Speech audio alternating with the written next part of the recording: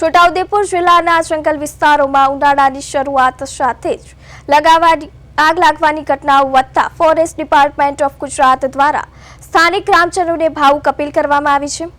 One અધિકારીઓએ જણાવ્યું કે જંગલમાં લાગતી આગ માત્ર વૃક્ષોને જ નહીં પરંતુ સમગ્ર પ્રકૃતિ અને વન્યજીવોને મોટું નુકસાન પહોંચાડે છે।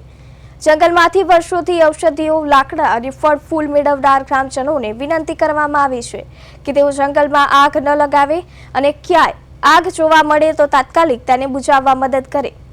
વન વિભાગે જણાવ્યું કે આપણે પ્રકૃતિના પૂજક છીએ, જેથી જંગલને નુકસાન પહોંચાડવું એ મહાપાપ સમાન છે। વન વિભાગ સતત મોનિટરિંગ કરી રહ્યો છે અને સ્થાનિક લોકોને પણ આ અભિયાનમાં જોડાઈ જંગલ અને વન્યજીવોને બચાવવા સહયોગ આપવા અપીલ કરી છે।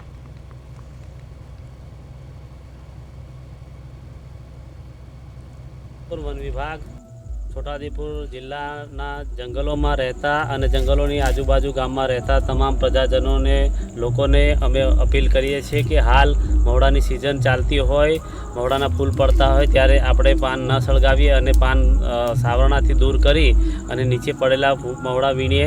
જ્યારે દવ સળગે છે ત્યારે અસંખ્ય જીવ, વન્યજીવ અને વન્યજીવોમાંથી જે બચ્ચાઓ હોય છે અને વનસ્પતિઓ છે, ઔષધિઓ છે એ બળીને રાખ થઈ જતી હોય છે। ત્યારે આ તમામ પ્રજાજનોને મારી જાહેર અપીલ છે કે આ દવ ન લગાવે।